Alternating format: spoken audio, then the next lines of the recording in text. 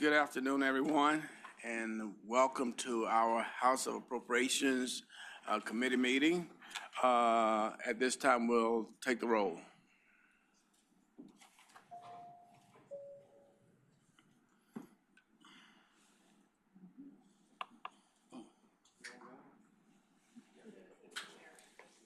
Not working.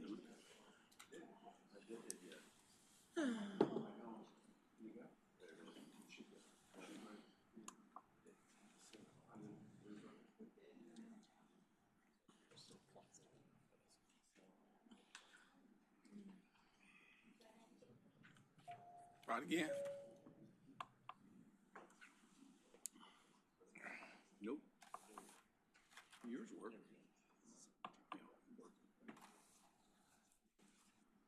Okay. All right. Thank you. We have before us this afternoon a couple of presentations. And the first presentation we will have from Director Bonji Tiwul, Madam Director, who is the Director of Department of General Services. Thank you so very much for being with us. Thank you, Delegate Torian, Delegate Sickle, members of the committee, thank you for having me. My name is Bonji Tiwul. I'm Director of DGS, and I've been asked to give you an overview of some of the capital projects that we have been working on and also what's in the governor's introduced budget.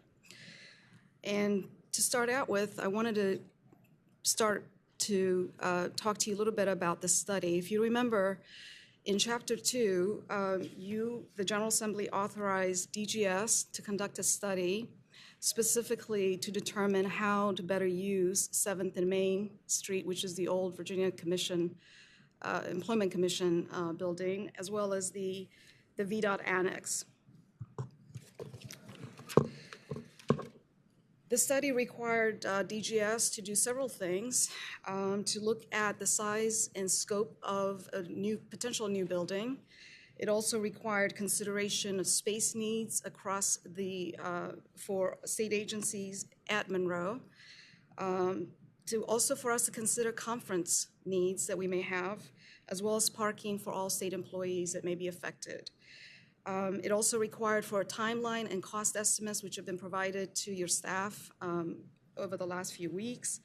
And then finally, the budget also put a hold on any tenant movements out of Monroe until the study was completed and given us an opportunity to consider what our long-term master plan need is, our future and current needs. So, working very closely with Department of Planning and Budget and also with staff, both of the Senate and House Staff Money Committees and DGS, we looked at various options that we can present to you.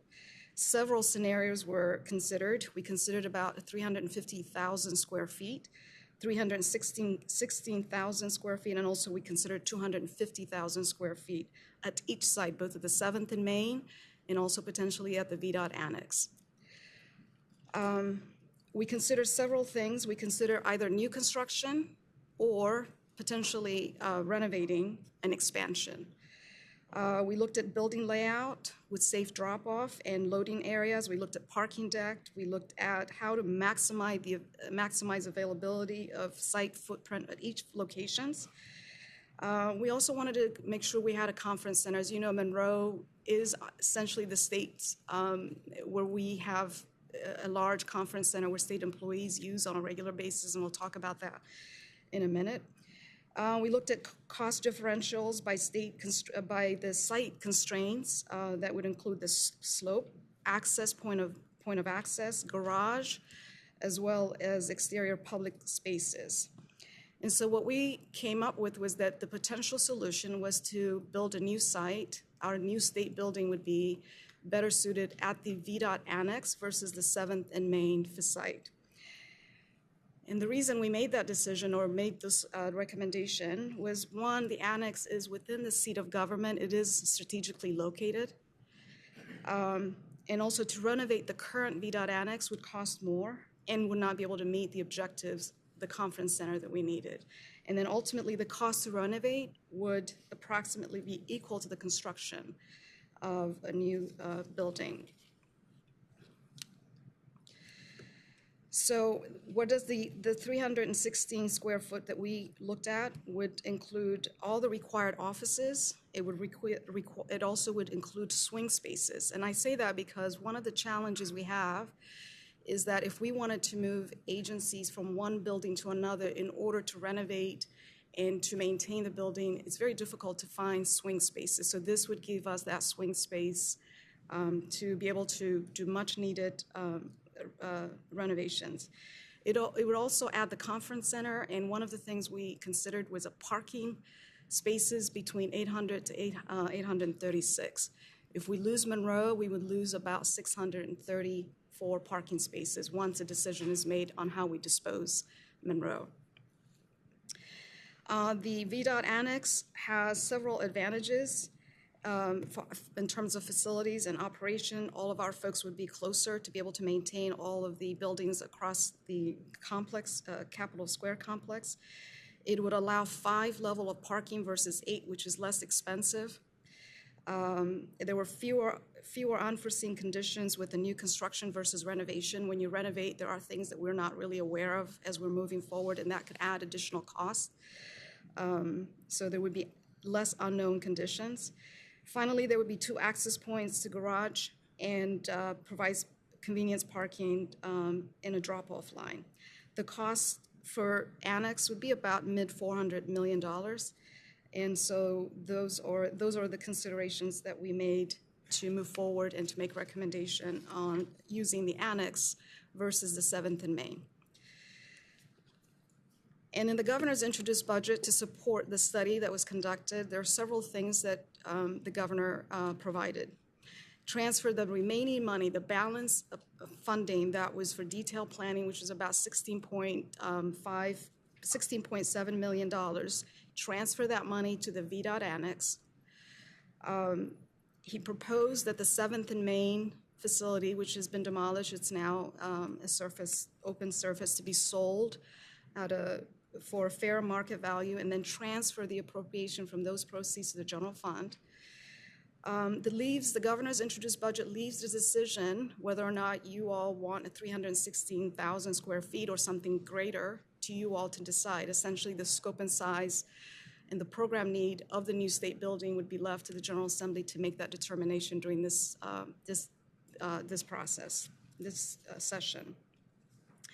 The other thing the governor does to support the study, the governor's introduced budget does, is provides funding to renovate the currently state-owned buildings. We identified about 118,000 square feet of vacant spaces within state facilities. So the goal is, should you all decide to move forward with this proposal, we would move most of the state tenants currently at Monroe to state-owned facilities first. And so to support that, funding was provided for renovation of those places. And then also the funding would support the movement and relocation of agencies between Monroe, state-owned facilities, and potentially leased spaces. Vacating Monroe, the group also focused solely on determining how many executive control vacant spaces we had. As I said, we had about 118, currently do 118,000 square feet available of vacant spaces that we would utilize first. Those who cannot fit into those facilities would move to temporarily lease spaces within the downtown area, and then return back to the new state building once it's completed. As I said, the introduced budget provides $35 million to renovate about 70,000 out of the 118,000 square feet that we've identified in state spaces.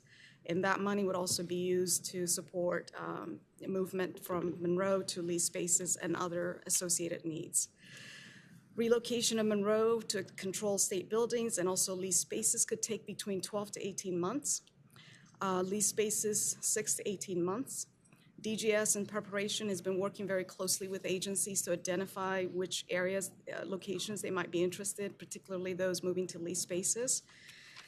And the next slide will show you generally what we have been considering. As you can see, for example, APA would be moving either to leased space or state building. DOE would go to the leased space. They have over 415 state employees, so we wouldn't be able to accommodate them within state-controlled buildings and vacant spaces. Chev potentially lease spaces, and then we are going to be working very closely with DHRM and also with the VCU Health Clinic to identify a location for the health clinic.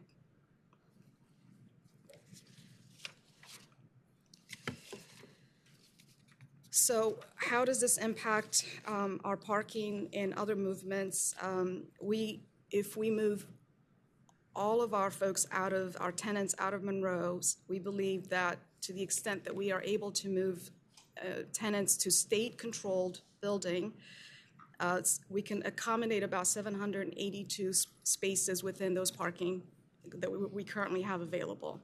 The remainder, about 247 of those, would have to be relocated to a lease space parking availability. To the extent practical, we would first consider moving agencies in locations where they have ease of access to parking within the state system. Conference space is an issue when we lose Monroe. We are looking very closely about either identifying a lease space for conference for state employees or potentially converting one or two of our current spaces for conference spaces for state employees within the Capitol Square for ease of walking and parking as well. As you can see, we had about 450 meetings that were held in Monroe for conferences, so that's a fair number of requests that we receive from our tenants. For those who are moving to lease spaces, we are working very closely to ensure that they have lease conference availability that meets their need. For example, DOE would need a conference space because of their monthly meeting with the board. So we are looking at each agency's program needs and identifying what those needs might be. The disposition of Monroe is also considered by the work group. We looked at what we would do if we were to leave Monroe. As I said earlier, the governor's budget not only left the space, intent, and the scope of the new building site up to you, but also how we dispose Monroe would be something that we would need to come back to you at some point, because it would take us about 18 months or so to move people. At some point, we would need to decide how to dispose Monroe. Options we consider was demolishing it. Second option is to mothball it, which would cost us a lot of money. The third option is to see if we can surplus it and sell it and market it, and then perhaps come back, if that's not possible, to see other solutions. So that is my presentation on Monroe. I want to also give you an update on what we're doing with the courts building. We have been working very closely with the Justice for the Supreme Court as well as the Court of Appeals. We went back and looked at the program and design of the Supreme Court. We are now back on track. We were able to address the long-term need of the Supreme Court building. What really helped us was that in Chapter 2 that you allowed us to move forward with potentially demolishing both the East and the West Tower. And when that happens, that would gives us a lot more ability and capability to be more efficient in how we design this building.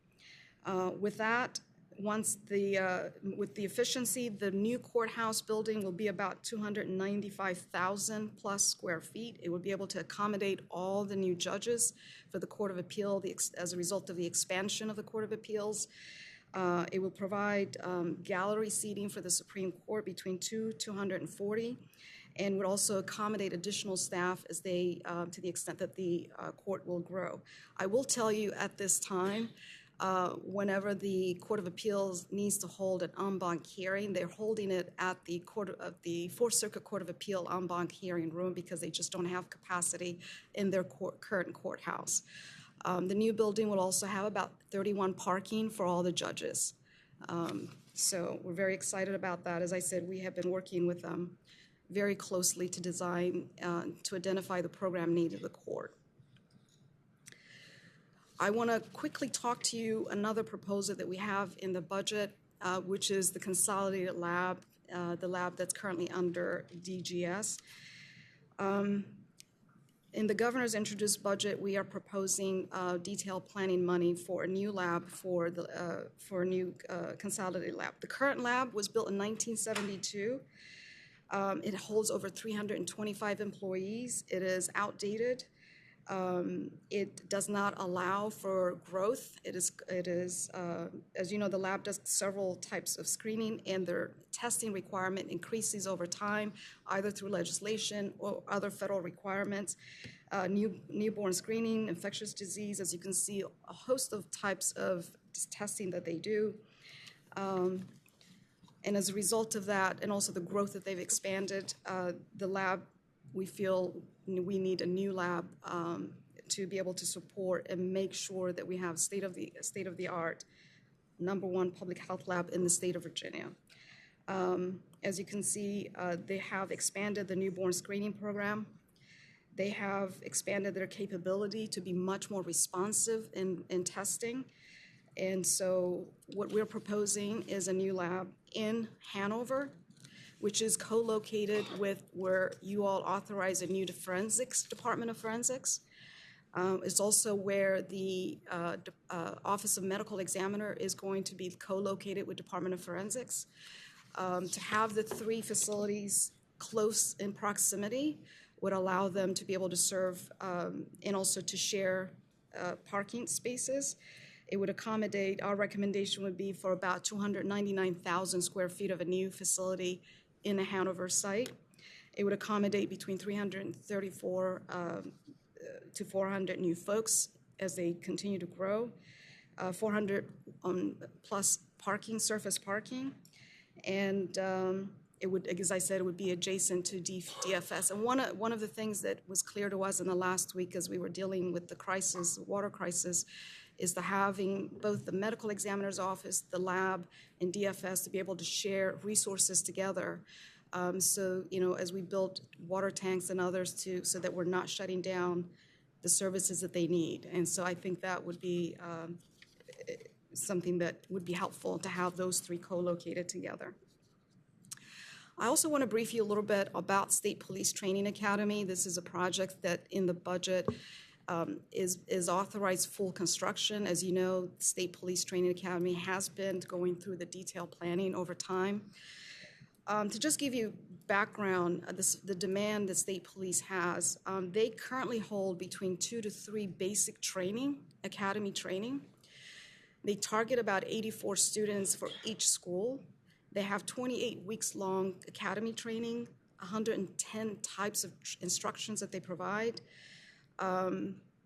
They serve about 36,000 plus food in their cafeteria, and they have 84 parking spaces currently that they occupy. The new training academy would allow generally State Police, I think when we think about State Police, they're not just training the basic troopers, they're also training over 3,600 law enforcement across Virginia. Include troopers and those who are dispatchers and civilians. They do in-service training. They do specialty training, leadership training, and ongoing program. Currently, they tell us they have about 6 months waiting period for people to get in to some of the training, and that's a long time to wait to receive law enforcement critical types of training. The existing facility over time had been renovated, was built in 1950, and additional renovations occurred in 1960 and then 1989. So our proposal and what is in the governor's budget would demolish the 90,000 square feet old academy and construct a new 184,000 training academy. It would include instruction of classrooms, a little bit larger dormitory for officers, IT special training. It would also include training tanks, specialized training, training rooms, and then a memorial gallery for fallen officers. State Police have been working very closely with us the last few months to ensure that the program needs and the space allocation is consistent with what they feel can accommodate future growth.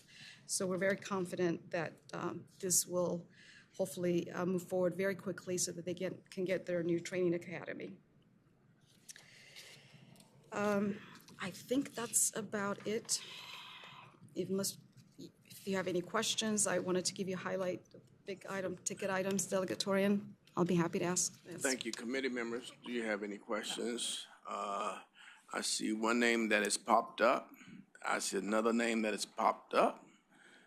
Delegate Carr, your name is going to pop up soon, right? Okay. Thank you. Okay. Delegate Reed, you're first up.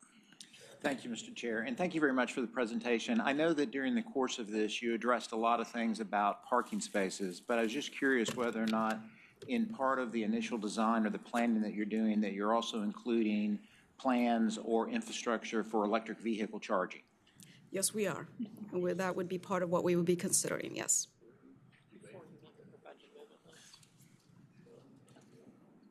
Delegate Reed, you done? Yes. Okay, Madam Chair Carr. Thank you, Mr. Chairman. Thank you so much for your excellent presentation. One question, when you showed the picture of the Supreme Court and there was a nice landscaping in front, where is that? That will be right behind, on Bank Street. It'll be Bank Street between the Capitol building and the back of the Pocahontas building right now. I see. So that is going to replace the Pocahontas building? Yes, we will demolish Pocahontas building, both the east and the tower and the west tower, sometime in 2026 when we get full construction funding. And so that would be the schematic, what you saw would be the design. Yes. Thank you. Thank you, Mr. Chairman. Thank you. Delegate Bolivar. Thank you, Mr. Chairman, and thank you for the presentation. I guess building on what Delegate Carr was saying and also looking at the new state office building, because both of them are within the area of the seat of government. You know, the Pocahontas building is kind of an orphan over there. Even though it's close by, it doesn't feel integrated. And then also with the new state office building that's being proposed, it's a sea of parking lots between that building and everything else. Are there plans to help better integrate those two buildings into the seat of power so that it feels like it's all part of one campus? That is our goal, and I think the parking for the annex will be an underground parking. Yes, it is. We consider the Pocahontas and ultimately the new Supreme Court building to be part of the Capitol Square. And the 31 parking would be limited solely to the judges for security reasons, but everyone else will be around us. So yes, we hope to integrate them, to consolidate them, and to focus ensuring that the campus feels much more comprehensively part of the Capitol Square. Delegate Hodges. Thank you, Mr. Chairman. Thank you for being with us today. You mentioned the 7th and Main property and selling that at fair market value. Do you have any idea what the fair market value of that property is at this point? I do, but I'll share it with the staff since we might be negotiating as we sell that property. But that's good. I figured, but yeah, that would be Yes. great if we could know Sure. that. But thank you. Okay, any other questions on the director? Thank you. Thank you so very much. Thank you for having me. The next presentation will be from Mr. Elkube.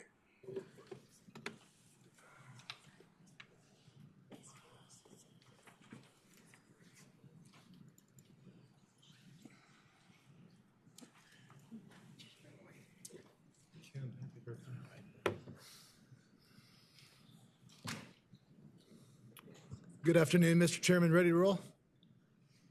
Ready to rock and roll. Awesome. Well, thank you very much for the time, Mr. Chairman, and all of you members. Very good to see you today. Jason Elkube with the Virginia Economic Development Partnership. I especially want to thank y'all for helping put us in a position for tremendous success in our state's economic development efforts. We have a lot of momentum right now, and I want to talk to you today about one of the primary reasons that we have had so much success, and that is the work that we've been doing in developing high-quality, project-ready sites across the Commonwealth. This is something that you guys have made a very big priority in the budget. It's something that we need to continue really working on. And I will tell you, as much success as we have enjoyed already over the last several years in this work, I believe that there's even more opportunity ahead for Virginia based on what we've done and based on what we have the opportunity to do. So I'm going to do a little bit of a deep dive on this for you guys today. I'm going to cover a lot of information. I'm going to give you guys the context for all of this. I want you to understand why this is so important. I want you to understand why we've had so much success with this. I also want you to understand why this has such a tremendous benefit to the Commonwealth's general fund into our budget. This is a big part of how we can grow our revenue base for investing in all of the other things that we want to do to secure an even brighter future in Virginia. So let's dive in. Y'all slow me down. I'm going to move quickly. Big picture, why do we do this work? What is the purpose in economic development? We like to say that we are enriching lives, we're enriching communities, and we're enriching the Commonwealth through economic development excellence. Now let's break that down. Every single job that we're focused on is a job that pays more than many of the jobs that are already available in a community. And typically what we see is that the jobs that we are creating in Virginia pay more than the average wage in the area in which they're created. What that means is that for half or more of the people who live in these places, this is a shot at greater earnings, it's a shot at buying a home, it's a shot at living the American dream. Just one example of that, in Henry County, down in the Martinsville area, we've been working with the local partners there to develop Commonwealth Crossing. We've had multiple wins, foreign direct investment, multiple expansions. It is such a great story of job creation and what is possible through site development work. This is just one example. We are also enriching communities through this work. We looked at the numbers, we did this math. What does this mean for a local budget? The typical manufacturing project that we secure through this work generates net, after the incentives, after the sites, all that stuff, $8 million in new money for local governments over the life of the project. That is the average. And then finally, what does this do for the Commonwealth's bottom line? For each dollar you guys are putting into economic development through VDP, through incentives, through other things, conservative math, that puts $8 back into the general fund. This is an investment opportunity to grow the general fund. The stuff that we're impacting, the revenues that we're impacting, come right back into the general fund in a very, very positive way. And I will tell y'all that we have had a tremendous amount of success in this work. Over the last several years, this is since 2018, more than 600 different project wins touching every region of Virginia, more than 100,000 new direct jobs with lots of multipliers beyond that, more than $100 billion in capital investment. And I will point out to you that 2/3 of these projects, more than 2/3, are expansions of existing Virginia companies that are thriving in the Commonwealth of Virginia. As the Money Committees, as the Money Committee, House Appropriations, y'all have done a lot to put us in a position to have this success.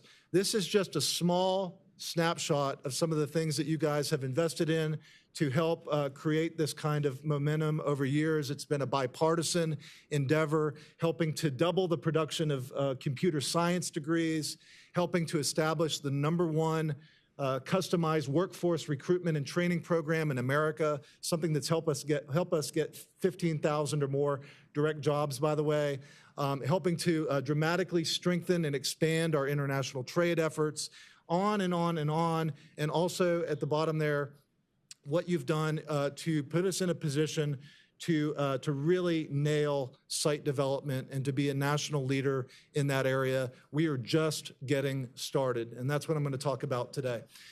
When you think about why this is important, you've asked us to develop a strategic plan for economic development for the Commonwealth. We take that very seriously. We've got 5 big goals. Site development is critical for the first 3 of those big goals. It is absolutely essential for us to be a leader in job growth and overall momentum because such a large share of potential job growth requires a site. It's also essential for each part of Virginia to stay in positive territory. We want to make sure that every part of Virginia, every region, is able to participate in our economic progress. Doesn't mean everybody's going to grow at the same rate or in the same way. We want everybody to be in positive territory, and we are virtually there. A big part of that is because of site development, and that is because for most regions of Virginia, the kinds of projects that they have the biggest opportunity to attract are the kinds of projects that absolutely need a project-ready site. It is essential. It is the first thing that they look for before they look at workforce and everything else. And then finally, this is a big part of why we are recognized as one of America's top states for business. CNBC cares about this, but also there's a number of perception-based rankings that really care about this as well. I'm just going to touch on number 4 for a second. There's a powerful 1-2 here because on number 4, we're also positioning Virginia to be a leading state for talent. I talked about the customized workforce recruitment and training program, in addition to the awesome stuff that's happening in higher education and our community colleges and so forth. If you've got the site, if you've got the workforce, that is a powerful 1-2 punch. All right. What you're looking at here is a map that shows the largest traded sector industry by jobs for each locality.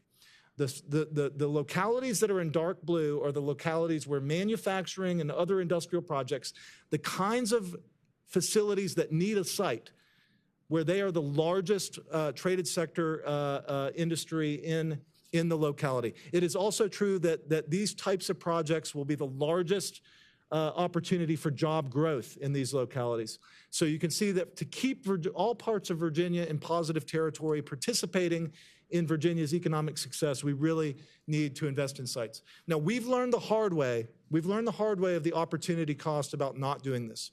Over many years, Virginia has lost out on tens of thousands of new high-paying advanced manufacturing jobs, more than $100 billion in capital investment, hundreds of millions of dollars per year in potential state revenues. The primary reason we lost these projects is because we did not have a project-ready site that was suitable. I'm not telling you guys that we would have won every single one of these.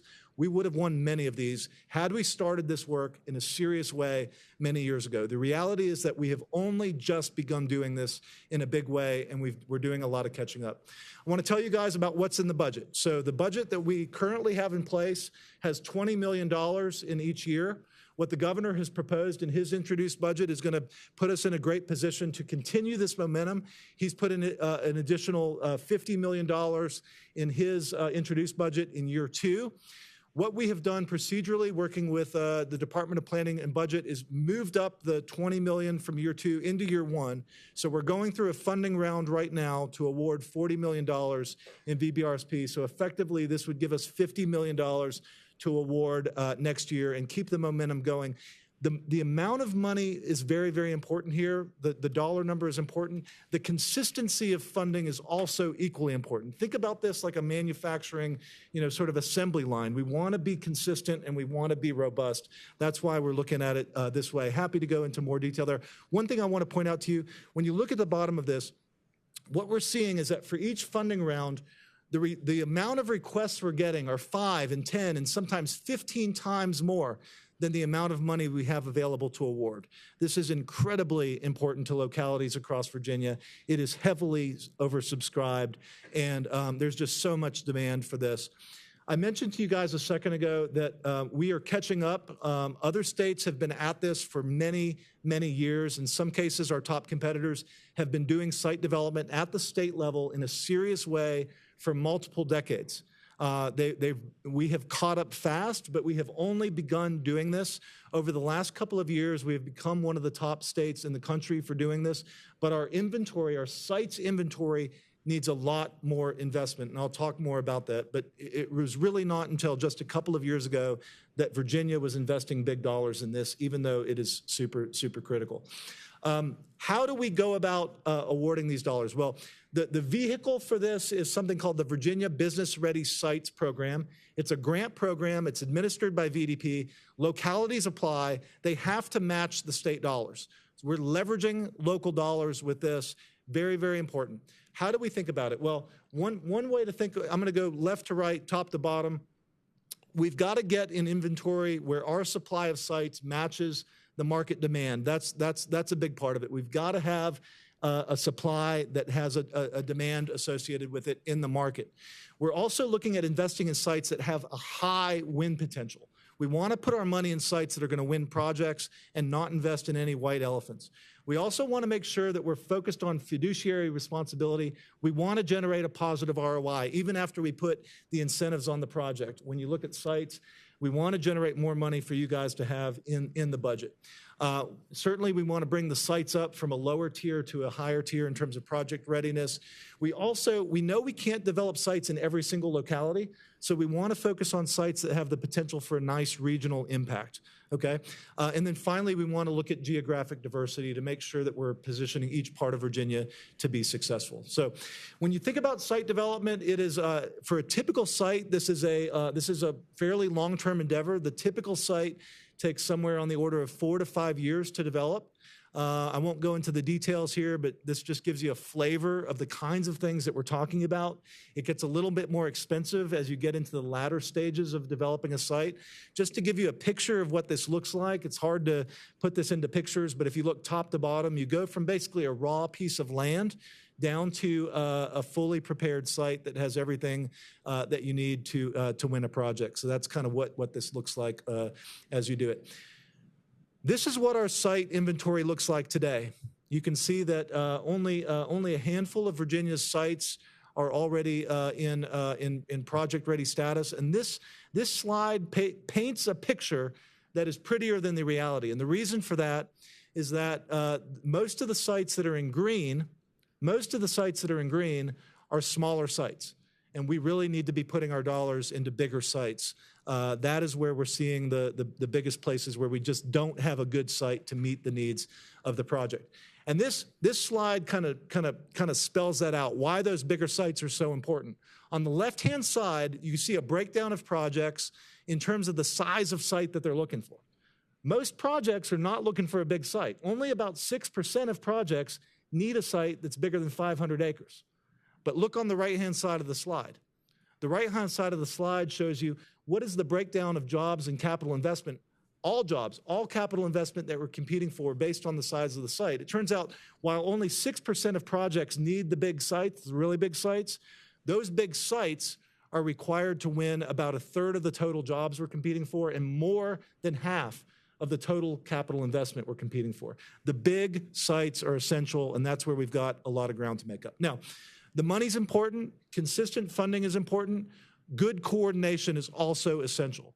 And one of the things that I'm so proud of in this work is that the team at VDP has been working very closely and very well with our partners at the state level and at the local level in this work, making sure that we're thinking about the housing, making sure that we're thinking about the transportation, the environmental permits. We don't want to put money into something and then find out that there's some bureaucratic reason that we run into a roadblock. And so we're looking at this comprehensively. It is a very, very effective process. One of the reasons why Virginia is recognized now as best in the country in this work is because of what you see here on this slide. Now, let's look at what the investments we've made so far have gone to. It was only back in fiscal 17 or so when we started putting really anything into this. It was like $1 million a year in the state budget. It was a very, very small amount of money in relative to the bigger picture. I'm going to walk you through several slides, and what each of these slides is going to do, if you look at that line that you see there on the top left, it's going to show you how much money we put into site development for a given time period and the results we saw off of that. And as we go through these slides, you're going to see how that builds. And so going into the next time period, you're going to see a second line that shows you the cumulative amount. And what you're going to see here is that we are picking sites that are winning projects.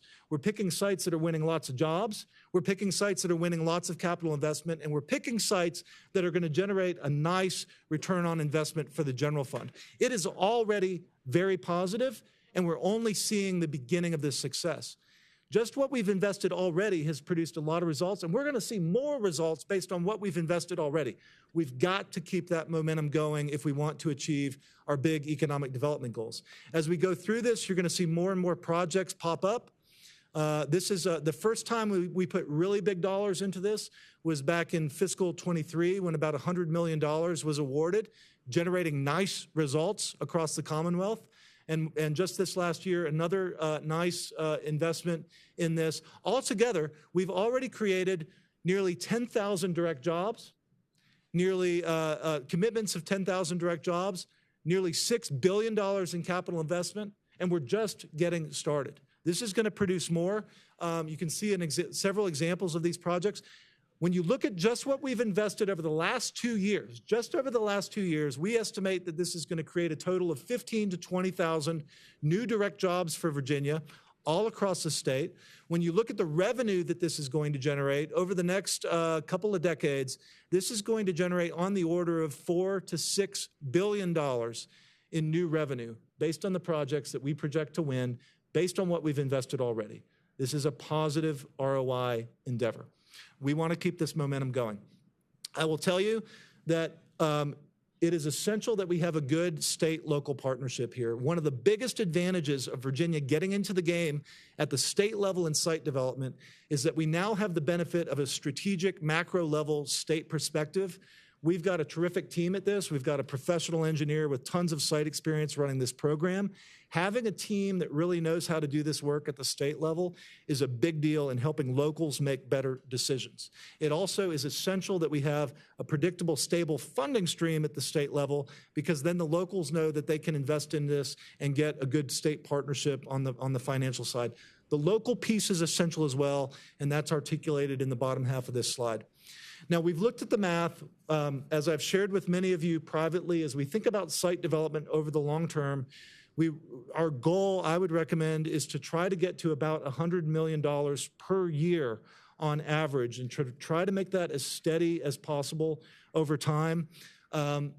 We've looked at this from what do we need to be doing to maximize our economic development potential, to really land all of the projects that we're capable of landing in a positive ROI way.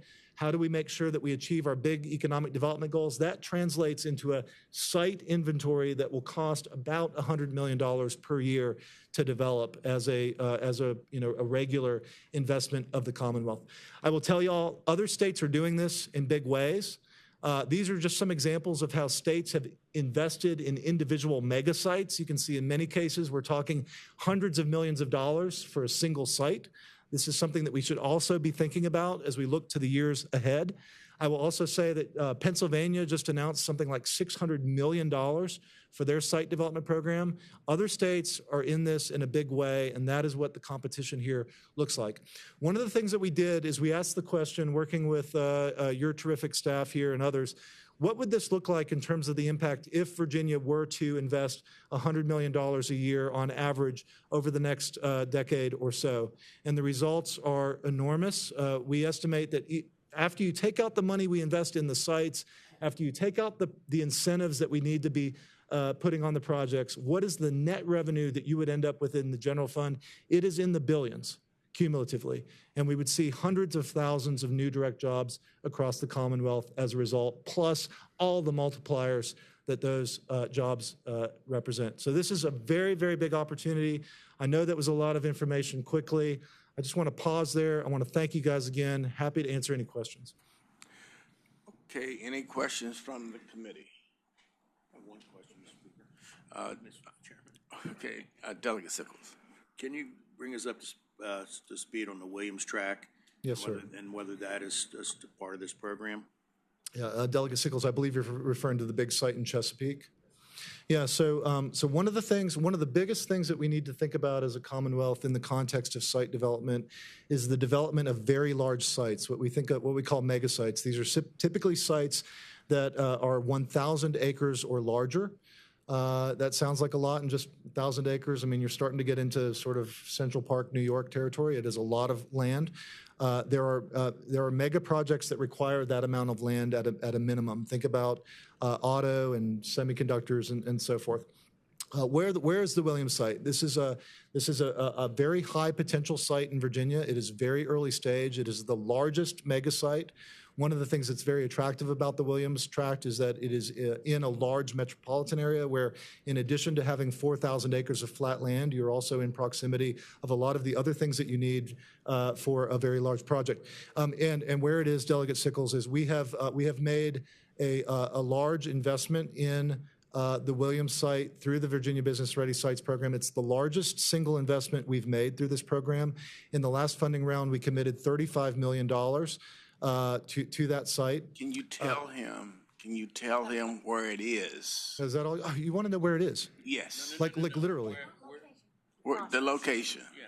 It is. I know where it's in Chesapeake. And what progress has Yeah, been made. it is an early stage site. It is an early stage site that has a high potential in the city of Chesapeake, right on the North Carolina line. I am sorry, Mr. Chairman. No, Mr. Chairman, we don't Delegate own it. Sickles. We do not own it yet, right? No, we do not own it. Neither does the city of Chesapeake. Okay. This, So that's just really what I wanted to it know. is privately owned right now. Have we made any progress in purchasing it? We are making progress in partnership with the city of Chesapeake, but it has not yet been purchased, and it is not currently under option. Okay. Okay, thank you. Delegate Tater. Thank you, Mr. Chairman, and thank you, Mr. Kobe, for your presentation. I actually have two questions. The first is, when you have the chart with the, identifying the different sites, and the Hampton Roads, it does need a lot of investment. Is the Williams property, is that included in that? Yes, it is. Okay, that's number one. And number two, you mentioned you have a great state-level team that's working with these local partnerships.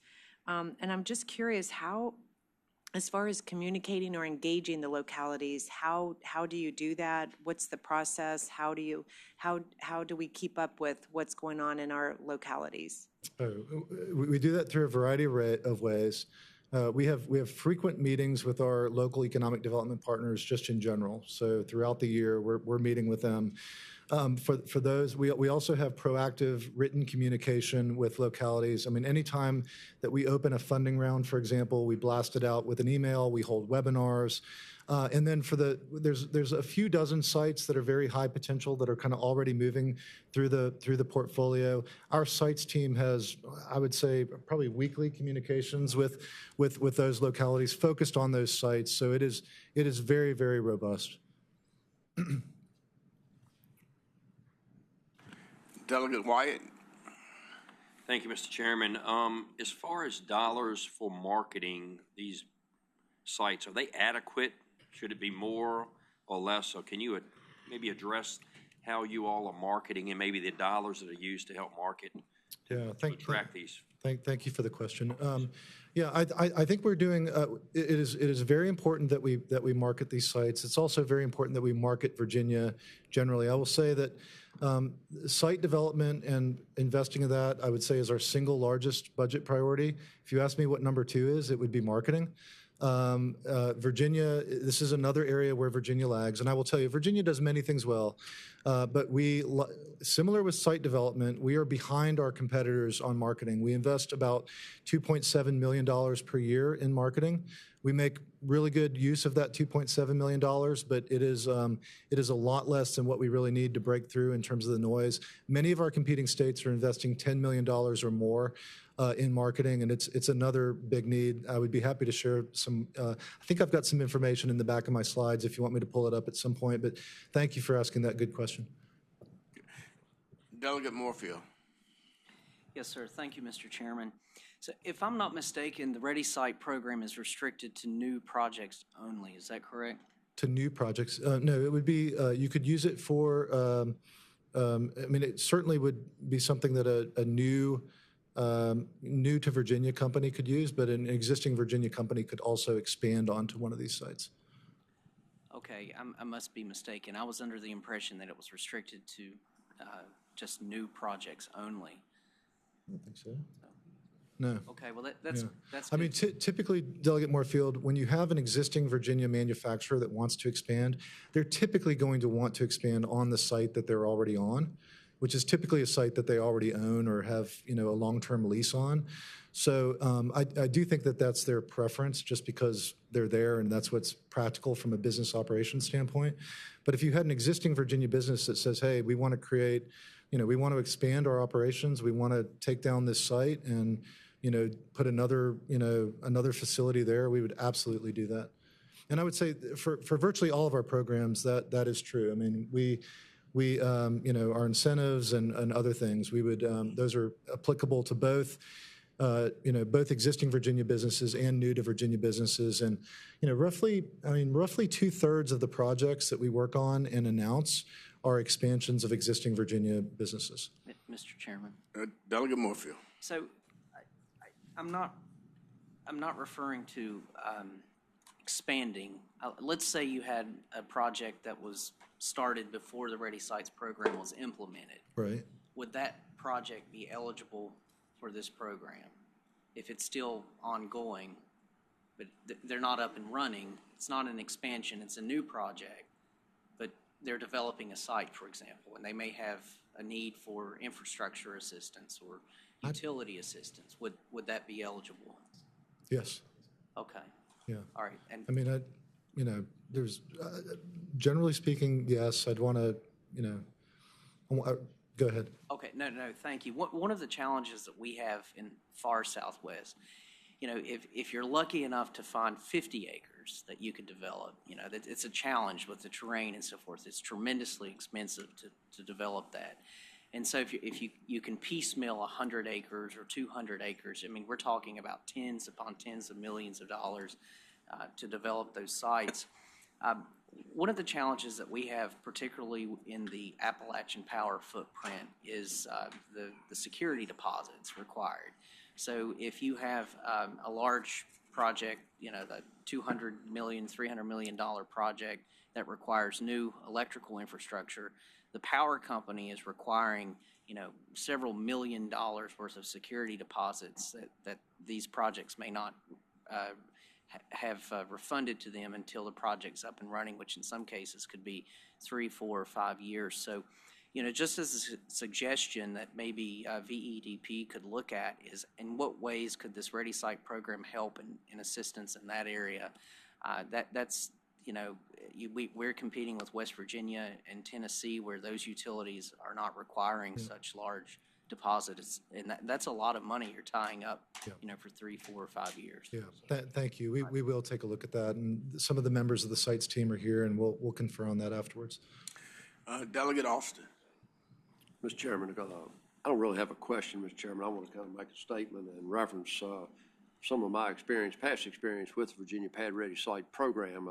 2 years ago, I think the governor allocated about $90 million, and one of those sites chosen was Allegheny County, and you showed that today as a site on your slide presentation. Speaking to Allegheny County, 50% of the property in Allegheny County is national forest. Topographically challenged, like my colleague said, but Allegheny County had allocated $3 million, and the city of Covington had allocated $3 million, but they still didn't have enough money to do the pad ready design and create the build.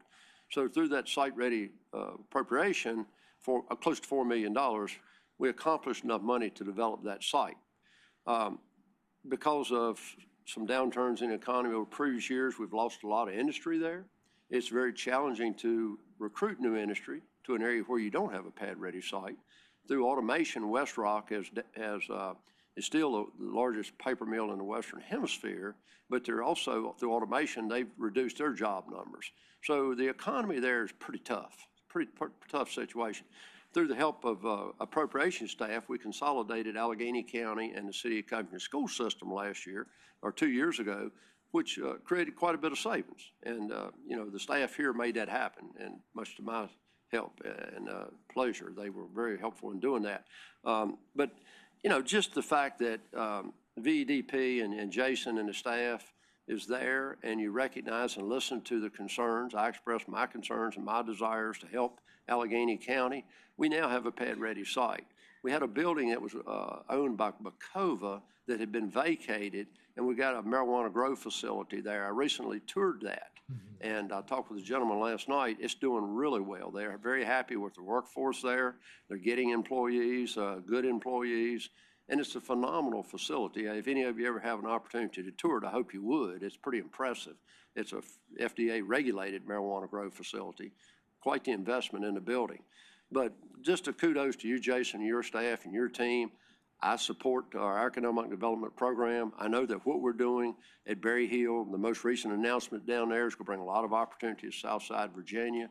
So I thank you, and I thank you for your help in Allegheny County on behalf of Allegheny and the City of Covington. Thank you. Thank you very much, Delegate. Okay, any other questions from the committee?